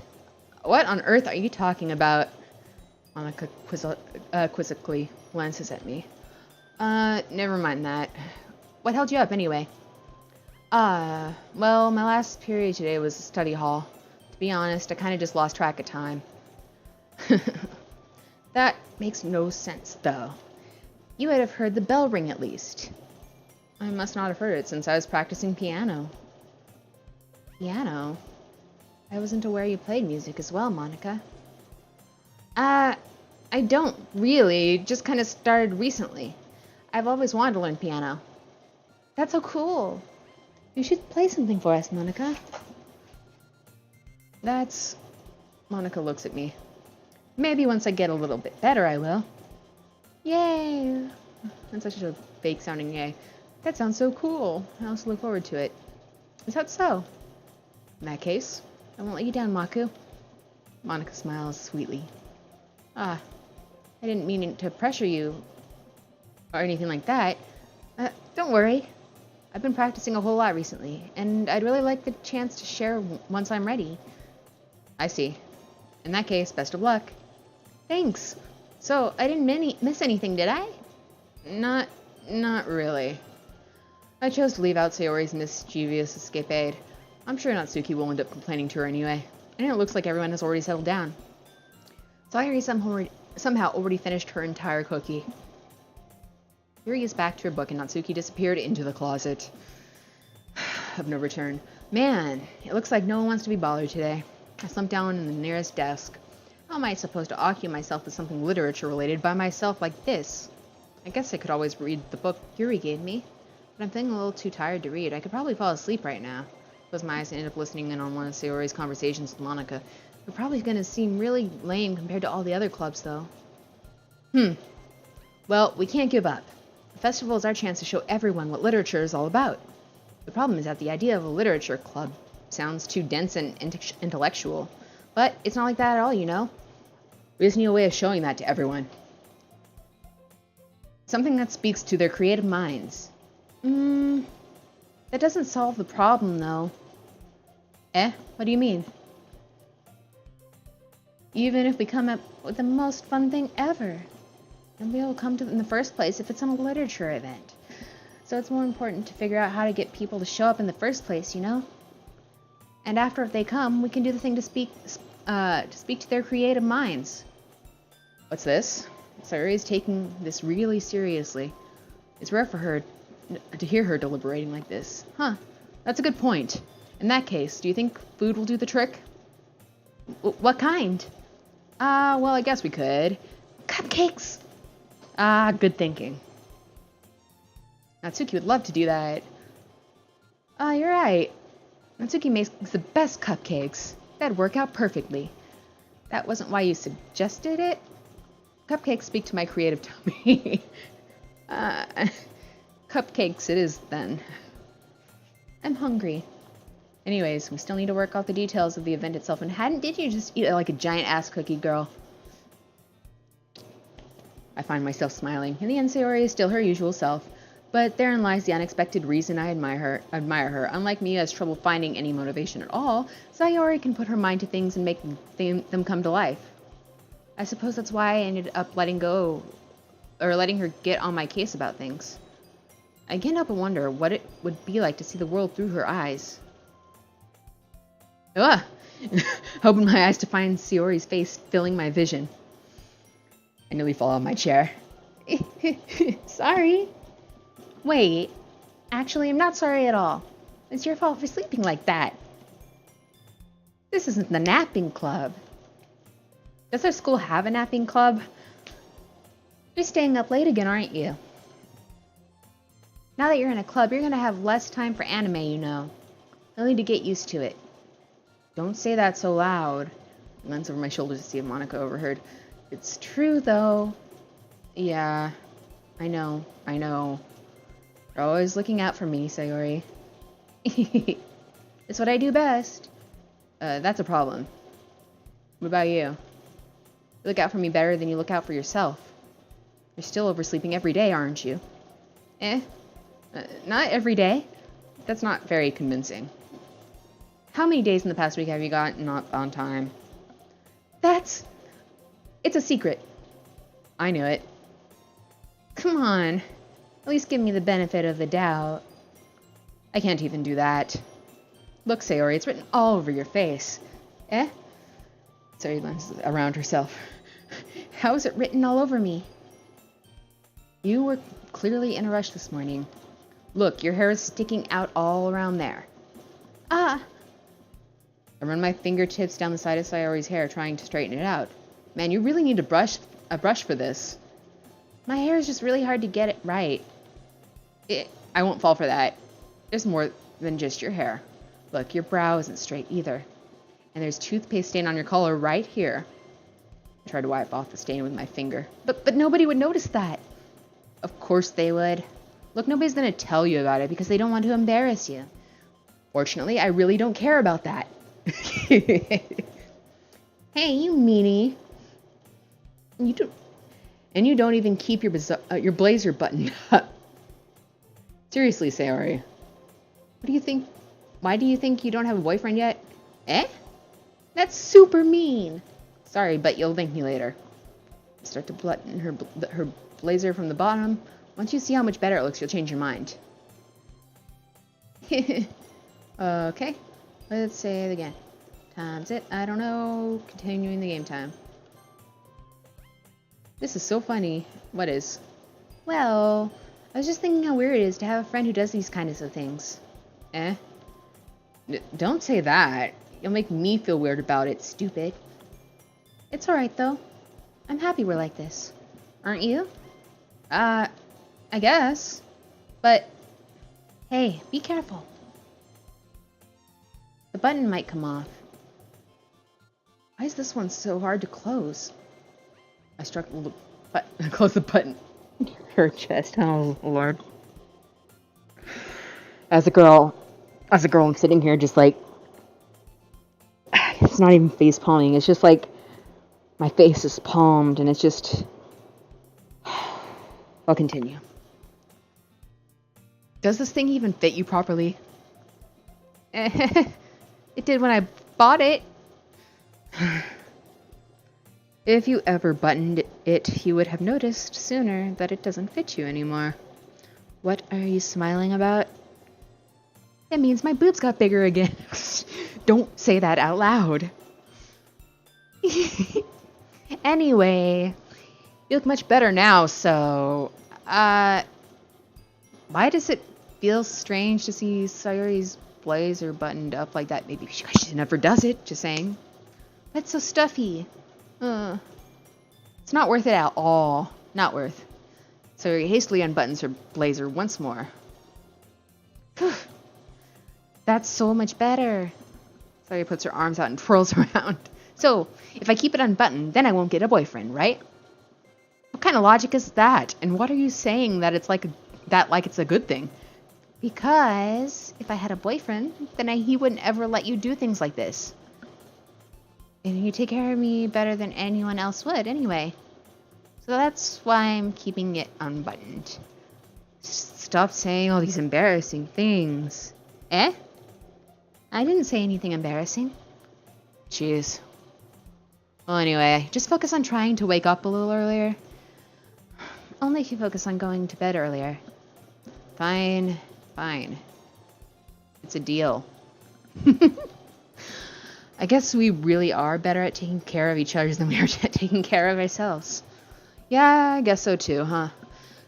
So maybe you should come wake me up in the morning. You're doing it again, Sayori. Oh, but I was joking that time. Man, it's impossible to tell with you sometimes. Okay, everyone. Eh? Monica suddenly calls out. Why don't we share the poems we wrote now? Yay! That's clearly not how anybody says yay, but... Maku, I can't wait to read yours. Yeah, same. I fail to sound enthusiastic, but Sayori trots away to retrieve her poem. Okay. Let's see what you've written for today. This is pretty good, Maku. Were you influenced by seeing everyone's writing styles yesterday? I guess you could say that. I was also a bit surprised on how differently everyone writes. So I respect you for trying new things. You don't need to be afraid to be a little more daring. Metaphors can go a long way. Don't feel like you need to work your brain like turning a bunch of gears. Try letting your mind wander through your feelings. And write down the things that you see and hear. That's one way to enable your reader to see into your mind. It's a very intimate exercise. I see. That's certainly an interesting technique. Thanks for sharing. I have, well, an example of that if you'd like to read it. Of course. Is this the poem you wrote for today? Yuri nods and timidly hands me your poem. The raccoon. It happened in the dead of night while I was slicing bread for a guilty snack. My attention was caught by the scuttering of a raccoon outside my window. That was, I believe, the first time I noticed my strange tendencies as an unordinary human. I gave the raccoon a piece of my bread, my subconscious well aware of the consequences, well aware that a raccoon that is fed will always come back for more.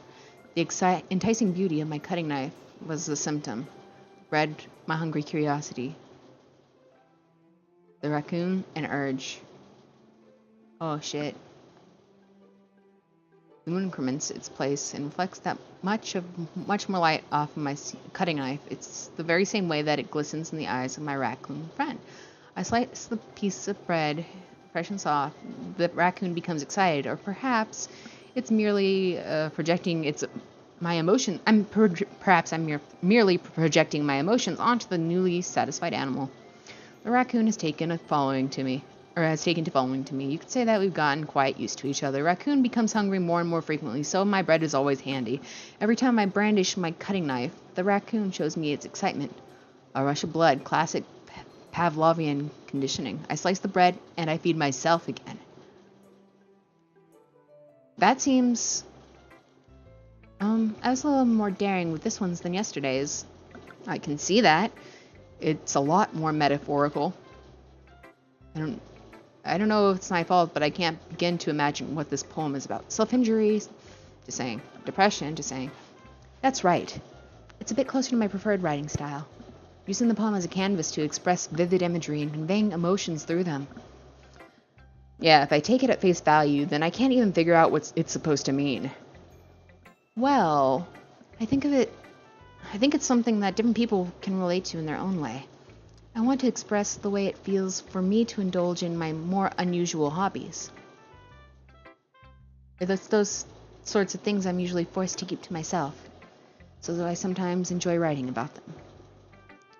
Why do you keep them to yourself? Because they're embarrassing, and people would make fun of me for it. Don't you have anything like that, Maku? Well, yeah, I guess I do. I feel like everyone has a little something like that. The best we can do is respect each other and our individualities, even if it's a little difficult sometimes, and some things make us uncomfortable. After all, if I hadn't learned to embrace my own weirdness, I'd probably hate myself. I might be ranting a little bit now, but I'm glad that you're a good listener. Who should I show my poem to next? I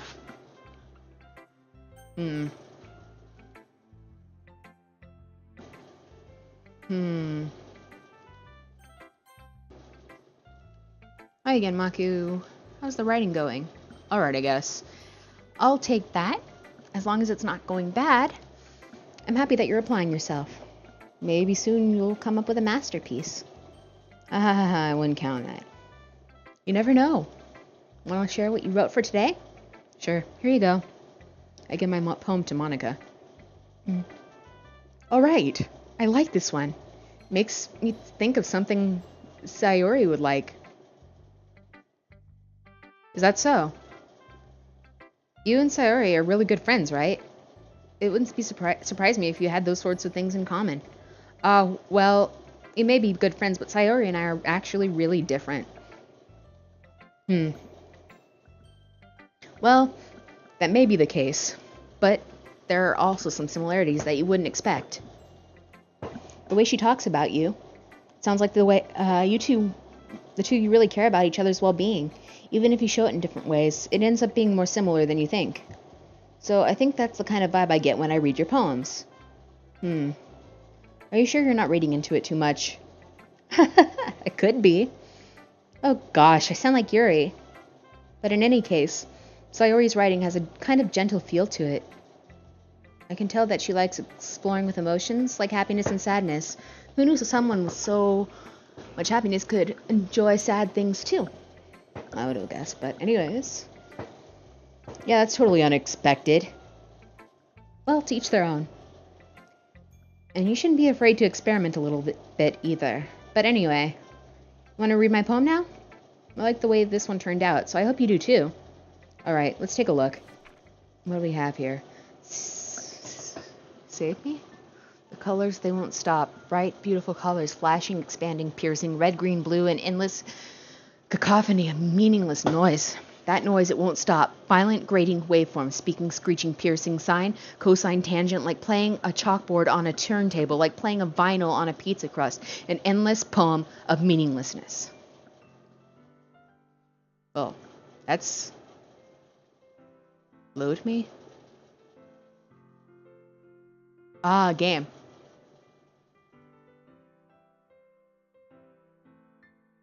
It's a good talking about gaming.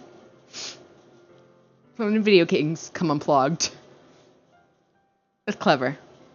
That's clever. I guess it's just the way I like to write. I'm sorry if you don't like it. No, I never said that. It's just the kind of thing I never really seen before, I guess. I kind of like playing with my space on the paper. Choosing where and how to space your words can totally change the mood of a poem. It's almost like magic. The way I wrote the lines really short made it feel like they're trying to speak over the noise. I see. It's still hard for me to tell what it's about, though. Sometimes asking what a poem is about isn't the right question. A poem can be as abstract as a physical expression of a feeling, or a conversation with the reader. So putting it that way, not every poem is about something. Anyway, here's Monica's writing tip of the day. Sometimes you'll find yourself facing a difficult decision. When that happens, don't forget to save your game. You'll never know when you might change your mind. This might be a hint. Maybe. God, this game. Okay. Maybe it's brainwashing me. I'm being indoctrinated. Okay, anyways. You never know when you might change your mind. Or when something unexpected may happen. Game crash. Wait, Is this tip even about writing? No. What am I even talking about? You're breaking the fourth wall, woman. That's my advice for today. Thanks for listening. Wow. God, that reminds me of the Sailor Moon thing. Okay. Natsuki, here we go. Well, it's not really any worse than your last one, but I can't really say it's any better either. Whew. Huh? You what? Well, anything that isn't a train wreck I'll take as a win, and I get the feeling you'll probably be the most critical. Hey, what makes you... Wait, maybe that was a compliment? That is a long meow, Pause. You're such a long meow. That is a long meow. My goodness, you need pets. Okay, anyways. Glad to see someone recognizes my experience. Well then, I keep practicing. Maybe you'll be as good as me someday. That's,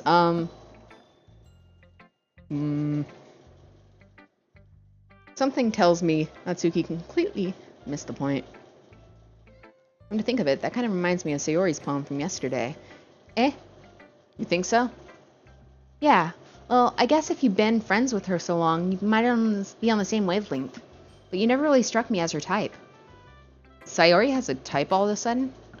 Well, I don't know, but honestly, how can somebody so, fluffy, spend so much time with someone like you? It's like she's dragging around a dead weight. That was a little unnecessary. But think of it this way. If it weren't for me, she'd probably just fly away like letting go of a balloon. You could say that we take care of each other in our own way. Whatever it is, I don't get it. Oh, yeah, I guess I'm supposed to show you my poem. Here. Amy likes spiders. You know what I heard about Amy? Amy likes spiders. Icky, with wiggly, hairy, ugly spiders. That's why I'm not friends with her. Amy has a cute singing voice. I heard her sing my favorite song. Every time she sang the chorus, my heart would pound to the rhythm of her words. But she likes spiders. That's why I'm not friends with her. One time, I hurt my leg real bad. Amy helped me up and took me to the nurse. I tried not to let her touch me. She likes spiders, so her hands are probably gross. That's why I'm not friends with her. Amy has lots of friends. I always see her talking to people. She probably talks about spiders. What if her friends start to like spiders too? That's why I'm not friends with her. It doesn't matter if she has other hobbies. It doesn't matter if she keeps it private. It doesn't matter if she doesn't hurt anyone. It's gross. She's gross. The world is a better place, better off without spider lovers. And I'm going to tell everyone. Ooh. What the... That's terrible.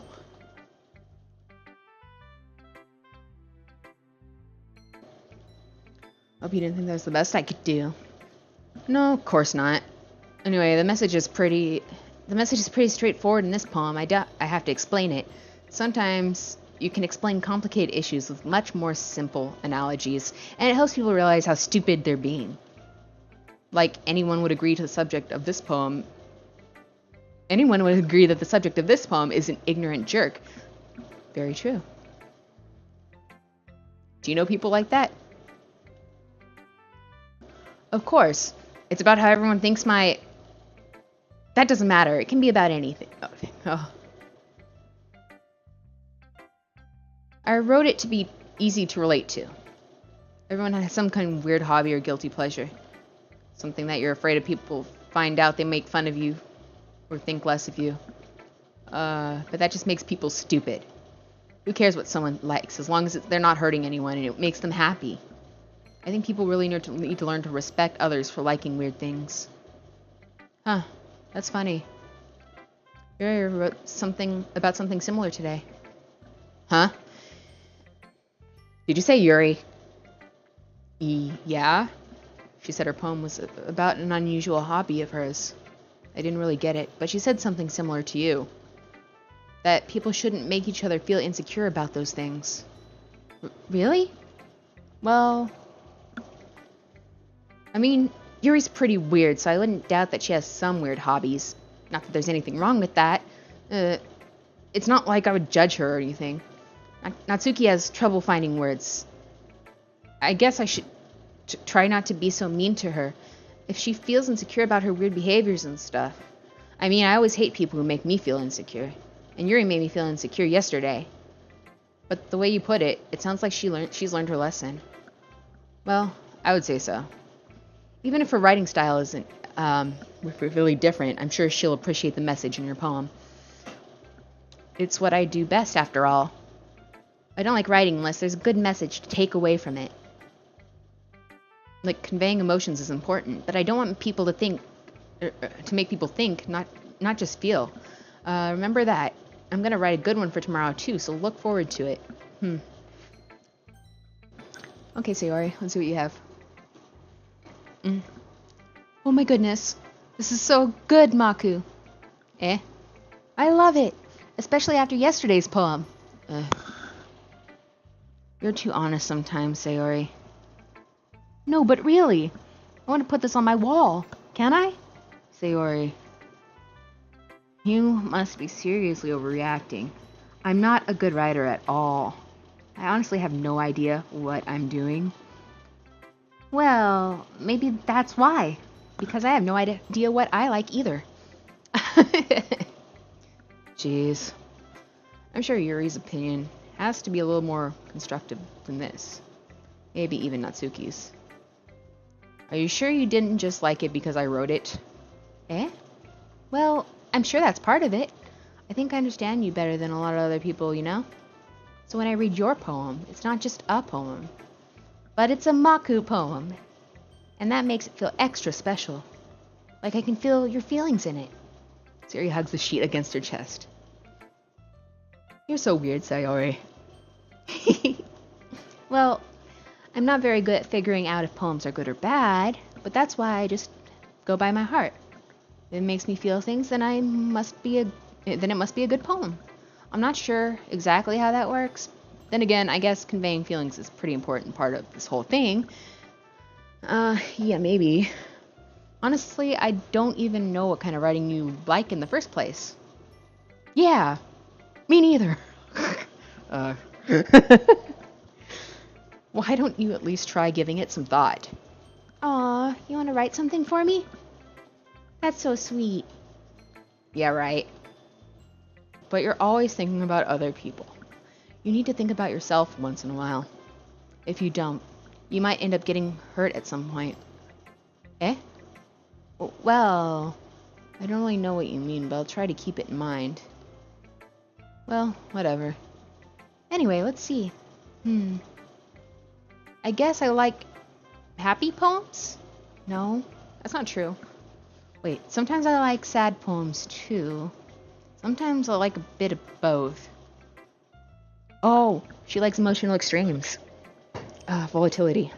That would explain why she liked my last Whiplash poem.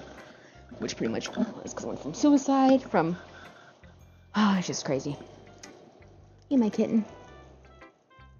Have a good night. Enjoying the fan.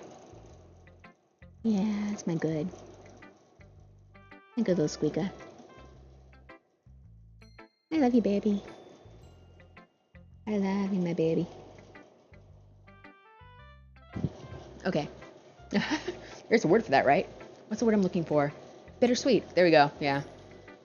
I like things that are happy and things that are sad. Happy and sad? I can't see you liking something sad, Sayori. Well, I like happy the most, but sometimes when you have a little rain cloud in your head, a sad poem can help give the rain cloud a little hug and make it a nice happy rainbow. Sayori, that's unexpectedly poetic. Yeah, is it? Maybe I'm getting better at expressing my feelings after all. Thanks, Maku. I should go write that down then. You can read my poem now, okay? What? Bottles.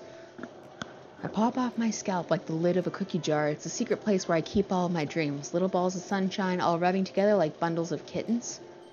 I reach inside with my thumb and forefinger and pluck one out. It's warm and tingly, but there's no time to waste. I put it in a bottle to keep it safe, and I put the bottle on a shelf with all the other bottles. Happy thoughts, happy thoughts, happy thoughts in bottles, all in a row. My collection makes me a lot of friends. Oh, I know this is going bad. Each bottle a starlight to make amends. Sometimes my friends feel a certain way. Down comes a bottle to save the day. Night after night, more dreams. Friend after friend, more bottles. Deeper and deeper my fingers go, like exploring a dark cave, discovering the secrets, hiding in the nooks and crannies, digging and digging, scraping and scraping. I blow the dust off my bottle caps. It doesn't feel like time elapsed. My empty shelf could use some more. My friends look through my locked front door. Finally all done, I open up and in come my friends. In they come in such a hurry. Do they want my bottles that much? I frantically pull them from the shelf, one after another, holding them out to each and every friend, each and every bottle. But every time I let one go, it shatters against the tile between my feet. Happy thoughts, happy thoughts, happy thoughts in shards all over the floor. They're supposed to be for my friends who aren't smiling. They're all shouting, pleading, something. But all I hear is echo, echo, echo, echo, echo inside my head. Holy crap. Sayori, did you really write this? Of course I did. Didn't I tell you yesterday I was going to write the best poem ever? Yeah, but... I mean, I didn't expect something like this coming from you. Monica taught me a whole lot, and I've been really in touch with my feelings recently. I see that. It's almost kind of creepy. Creepy? Well, not exactly. Maybe because I'm so used to you being cheerful? Well, never mind. I'm thinking too hard about it. The point is, it came out good and you should be proud of it. Aw, thanks. I feel like it was meant to express myself this way. Even if it helps me understand my own feelings a little bit better. Writing is like magic. You've gotten pretty passionate about this, huh? I hope you keep it up. Yeah, writing's the best. I'm gonna keep writing until I die. Don't get ahead of yourself there. Sayori's always had a habit of getting obsessed with something before dropping it no more than a week later. I wonder if this is one of those times. But seeing the passion in her eyes makes it hard for me to be pessimistic. Okay, everyone. We're all done reading each other's poems, right? I have something extra planned today, so if everyone could sit at the front of the room. Is this about the festival? Well, sort of. Do we really have to do something for the festival? It's not like we can't put together anything good in just a few days. Well, we'll end up embarrassing ourselves instead of getting any new members. That's a concern of mine as well. I don't really do well with last-minute preparations. Don't worry so much. We're going to keep plain and simple, okay? We won't need much more than a few decorations. Sayori has been working on her posters and I've been designing some pamphlets we can all give out during the event. Okay, that's great and all, but that doesn't tell us what we're actually going to be doing for the event. Ah, sorry. I thought you heard about it already. We're going to be performing. Performing? Monica? Yeah, we're going to be having a poetry performance. Each of us are going to choose a poem to recite during that event. But the cool part is, we're also going to let anyone else come up with and recite poems too. Sayori's putting it on all the posters in case anyone wants to prepare ahead of time. Sayori's been coloring a poster, holds it up for us to see. Are you kidding me, Monica? You didn't start putting these posters up, did you? Well, I did. Do you really think it's that bad of an idea? Well, no. It's not a bad idea. But I didn't sign up for this, you know. There's no way I'm going out and performing in front of a group of people like that. I agree with Natsuki. I could never in my life do something like that. Imagining it, Yuri shakes her head in fear. Guys! No, Sayori. I understand where they're coming from. Remember that Natsuki and Yuri have never shared their poems with anyone until just a couple days ago. It's a lot to ask for them to recite their poems out loud for a whole room of people. I guess I kind of overlooked that, so I'm sorry. But I still think we should give it our best. We're the only ones responsible for the fate of this club.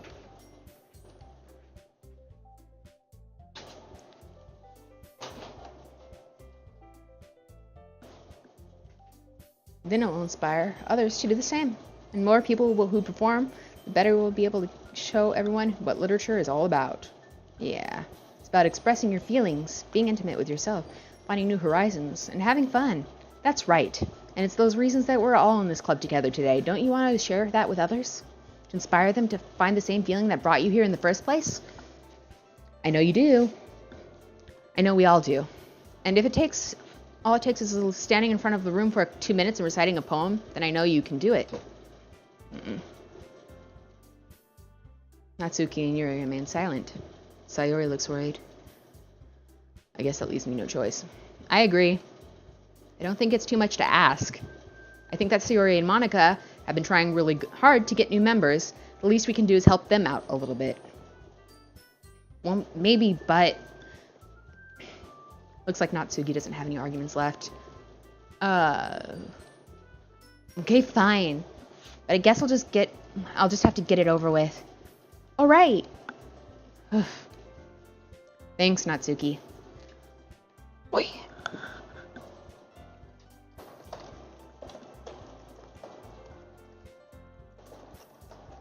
Okay. Gotta adjust my sitting situation here.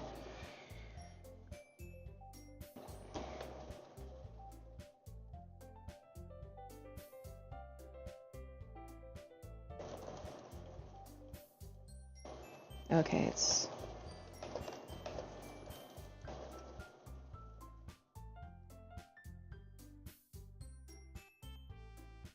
What about you, Yuri? Yuri dejectedly glances around at everyone else's expectant faces. I guess I don't really have a choice. Ah, so that's everyone! You're the best, Yuri. This club is seriously going to be the death of me. Oh gosh. You'll be fine, Yuri. But anyway, let's move on to the main event. I want each of you to choose a poem of yours. We're going to practice reciting them in front of each other. No way. Monica. This is too sudden. Well, if you can't recite your poem in front of the club, how do you expect to do it in front of strangers? Oh no. Don't worry. I'll start off helping everyone feel a little more comfortable. Can I go next? Ha! Of course. Now, let's see. Monica flips through her notebook and lists the specific poem she has in mind for herself. She then stands behind the podium. The title of this poem is The Way They Fly. Ahem. Monica begins reciting her poem. Her clear, confident voice fills the room. More than that, her inflection is pristine. She knows exactly how to apply emotion behind each line she recites, bringing the words to life. Is this something she's done before, or is she simply a natural? I glance around me. Everyone has their eyes on Monica. Sayori looks amazed. Yuri has an intense expression on her face that I don't understand. And finally, Monica finishes the recitation. The four of us applaud. Monica takes a breath and smiles. That was so good, Monica. Thank you very much. I was just hoping to set a good example. Are you ready to go next, Sayori? I'll go next. What? Yuri sure fired up all of a sudden. Yuri clutches a sheet of paper between her hands and stands up. Keeping her head down, she walks quickly over to the podium. This poem is called... Yuri anxiously glances at each of us. You can do it, Yuri. It's called After Image of a Crimson Eye. Yuri's voice shakes as she starts to read the poem. Just a moment ago, she practically refused to do this. Why is she suddenly putting in so much effort? As Yuri gets past the first couple of lines, her voice changes. It's almost like what happens when Yuri gets absorbed in her books. Her quivering words transform into the sharp syllables of a fierce and confident woman. The poem is full of twists and turns in the structure that she enunciates with perfect timing. This must be a rare glimpse into the whirling fire Yuri keeps concealed inside of her head. Suddenly, she's finished. Everyone is stunned. Yuri snaps back into reality and glances around her as if she bewildered even herself.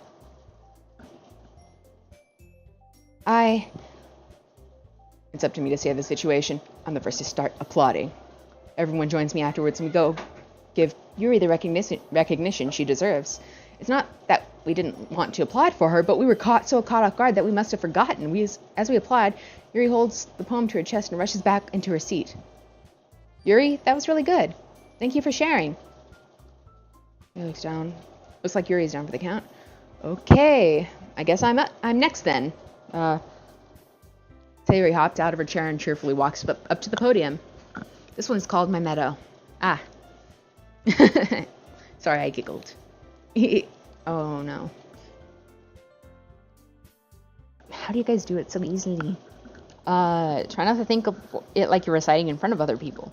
Imagine you're reciting it to yourself, like in front of a mirror or in your own head. It's your poem, so it'll come out the best that way. I see. Okay, then. Sayori begins her poem.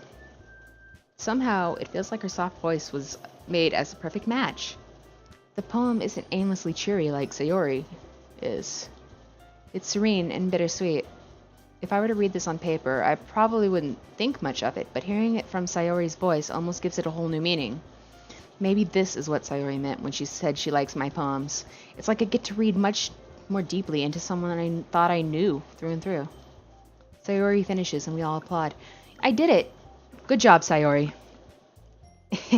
Even Maku liked it. I guess that's a good sign.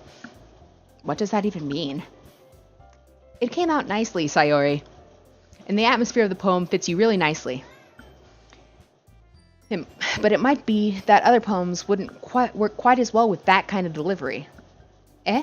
I don't really understand. In other words, I've seen poems of yours where that sort of gentle delivery wouldn't work as well.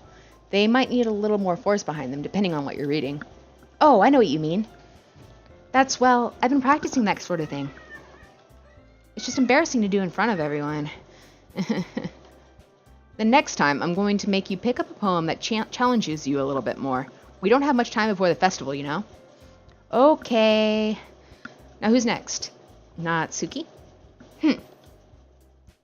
Don't make me go for Maku. It's not like I can compare to you guys anyway. Might as well let Maku lower everyone's standards a little bit before I have to do it. Natsuki. It's fine. I might as well get it over with. But it's not like I have much of a selection of what to read. I'll just have to go with what I wrote for today. I stand up and step in front of the podium. Everyone has their eyes on me, making me feel terribly awkward. I recite my poem. Since I'm not exactly confident in my own writing, it's hard to put energy into it. Despite that, once I finish, I receive applause anyway. Sorry I'm not really as good as everyone else. Don't worry about it so much. I think it's less about your abilities and more about your lack of confidence in your writing. That's something that'll improve over time, though. Yeah, maybe. All right then. That just leaves you, Natsuki. Yeah. I'm going. Natsuki begrudgingly gets out of her seat and makes her way to the podium. The poem is called... Why are you all looking at me? Because you're presenting? Anyways, the poem is called Jump. Natsuki takes a breath. When she starts reciting the poem, her sour attitude disappears a little. While she's still a little unenthused, her poem has a rhythm and a rhyme to it. It's Natsuki's trademark style, and it works surprisingly well when spoken out loud. The words feel like they bounce up and down as if giving life to the poem. Natsuki finishes it, and everyone applauds. She huffs back to her seat. That wasn't so bad, was it?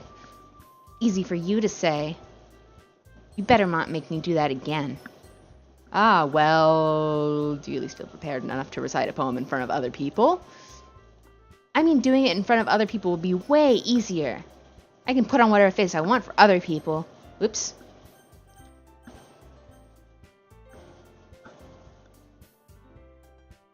Unseen text? Oh, so you're trying to run through it again, I see. But when it's just my friends, it's just embarrassing. That's a surprise, Natsuki. I think it would be the other way around for me. Well, that's just how it is, so... Well, I guess in that case, you won't have to worry about the festival. That said, I want to thank everyone for coming, though. It might be hard, but I hope that you all have an idea of what it's like now. Make sure to pick a poem and get enough practice before the festival, okay?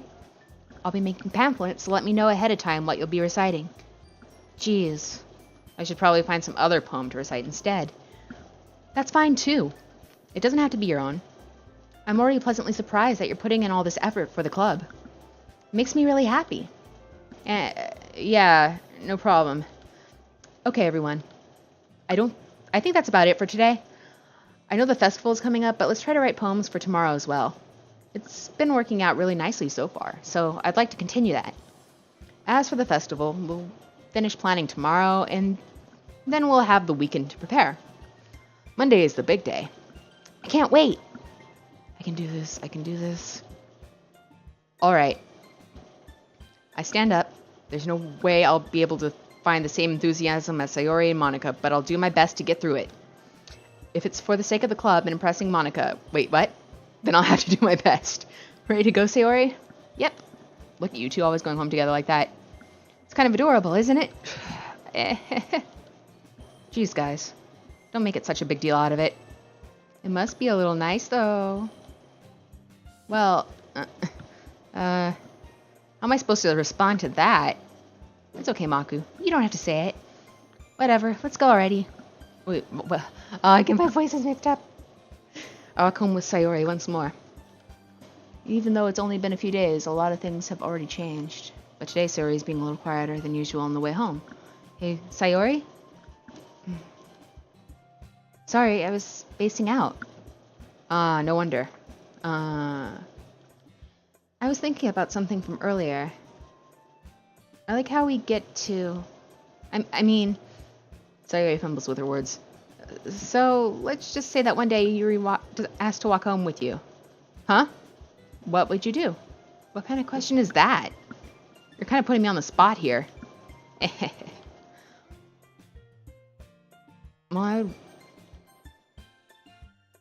Oh, shit. Oh, I should have saved. Though, in a way... though Yuri's personality is, like, more of the one that I'm probably drawn to, like, there's the fact of the mystery in this one. So I kind of like this one. But, she's smart, but... Let's make this a new chapter. Oh, Jesus. I'll get to this point again. Oh! Damn! I didn't even realize that was there. Okay. There's the thought of that make my heart pound. I mean, given how hard it is for her to socialize, I would feel awful turning her down, so... Isn't she so beautiful and smart? That has nothing to do with what I just said. You admitted it. Jeez. There's not even any point in speculating something that's never going to happen. Well, maybe. But I just like to think about it. It's not long before you won't need me anymore, you know. Need you? Sayori, I can't figure out how you're seeing these things in your head right now. Sorry, everyone is different. Everyone is different. Nobody in the club is a replacement for you. If you say so. The conversation trails off and I'm left feeling awkward. But it was kind of her fault for trapping me with such a weird question. I can't just lie to her, but if there's something that makes her happy, I would hate to take that away from her. That's why I said there's no point in speculating. Then again, the festival is only a few days away. Who knows what will happen in that time? That means something definitely big will happen in that time.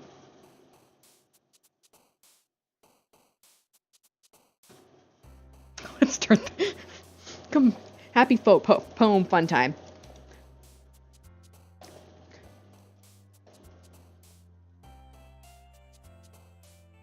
It can be. This can only be fun.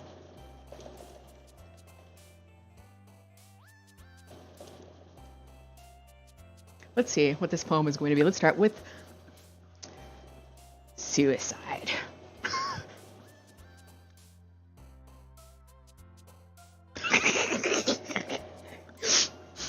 Ah.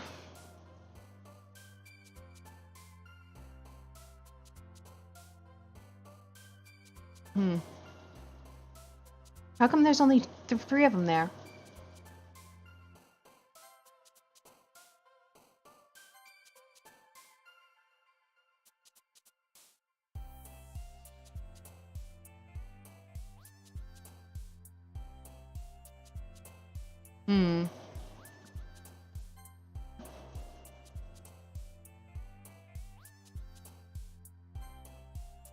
Playground. I don't even know what that word means.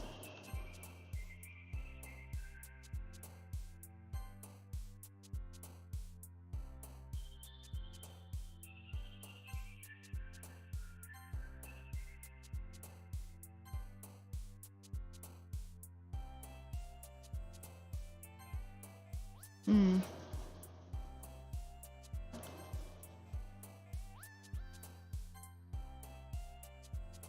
Hmm.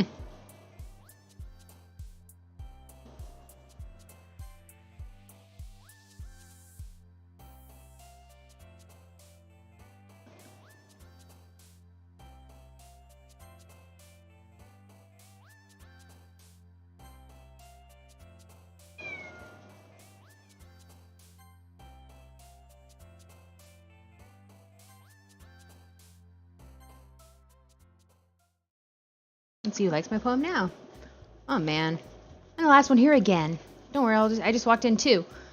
Were you practicing piano again? Oh, Speaka. Yeah, like that. You make me feel bad. Yeah. Uh, you must have a lot of determination. Starting this club and now picking up piano? Well, maybe not determination, but I guess passion. Remember that the club wouldn't be here if it wasn't for all of you. And I'm super happy that you're all willing to help out for the festival, too. Ah, I can't wait for the festival. It's gonna be great. Wait a second. Eh? Weren't you complaining about it just yesterday, Natsuki? Well, yeah. I'm not talking about our part of the festival. But it's a whole day of school where we get to play and eat all kinds of delicious foods. You sound a bit like Sayori all of a sudden. Monica, do they usually have fried squid? Squid? That's a pretty specific thing to look forward to. Oh, come on. Are you saying that you don't like squid? You, of all people? Eh? I didn't say I don't like it. Besides, what do you mean by you of all people? Because it's right in your name. Monica. Oh god, that was terrible pun. Eh? That's not how you say my name at all. Also, that joke makes no sense in translation. Oh? Never mind. Let's just focus on our own event for now, okay? Fine. Fine. Your reactions aren't as fun as Yuri or Sayori's anyway. Excuse me. Where's Sayori anyway? Oh, there you are. Sayori is sitting at a desk in the corner room looking down at nothing. I walk over to her. Hey, Sayori. I leave my hand in front of her face. Eh? You're spacing out again. Sorry. Don't mind me. You can go talk to everyone else. Huh. So everything alright? Of